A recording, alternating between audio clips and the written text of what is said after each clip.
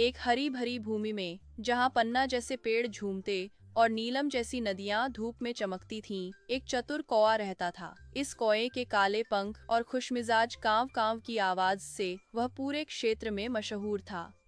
एक तपती दोपहर, सूरज की पूरी तीव्रता से कौआ प्यासा और पानी के लिए बेताब हो गया। काव, मेरा गला रेगिस्तान से भी ज्यादा सूखा है, उसने कहा। अपने पंखों की जोरदार फड़फड़ाहट के साथ वह पानी की तलाश में उड़ चला।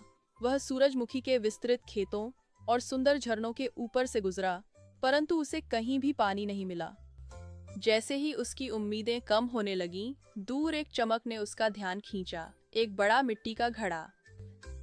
क्या यह पानी हो सकता है? आखिरकार उसने सोचा और अपनी बची हुई ऊर्जा को जुटाकर घड़े की ओर उड़ चला।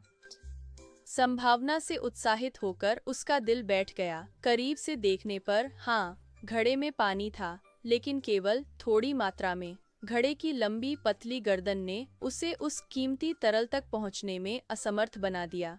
अपनी चोंच से उसने कोशिश की, झुकाया, खींचा, लेकिन सब व्यर्थ। कांव, अब मैं क्या करूं? उसने निराशा से भरी हुई आवाज में विलाप किया। अपने चारों ओर का निरीक्षण करते हुए उसकी नजर जमीन पर बिखरे हुए छोटे चिकने पत्थरों के संग्रह पर पड़ी। एक उज्ज्वल और आशाजनक विचार उसके कुशल मस्तिष्क में आया। उसने सावधानी से अपनी चोंच से एक कंकड़ चुना और उसे बर्तन में डाल दिया। टप! फिर उसने एक और उठाया और एक और एक और। प्लिंक, प्लिंक, प्लिंक।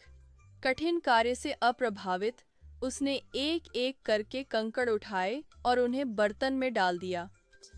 हर कंकड़ के साथ यह ऊंचा चढ़ता गया, जिससे जल स्तर बढ़ता गया।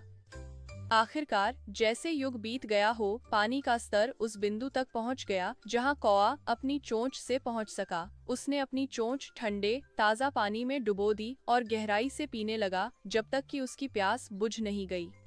कांव, कांव, विजय! उसने खुशी से चिल्लाया। वह गर्व से चमक उठा, यह जानकर कि उसकी बुद्धिमानी और धैर्य ने दिन बचा लिया था। तरोताजा होकर कौआ चमकदार नीले आकाश में उड़ चला, नई और रोमांचक यात्राओं के लिए पूरी तरह से तैयार।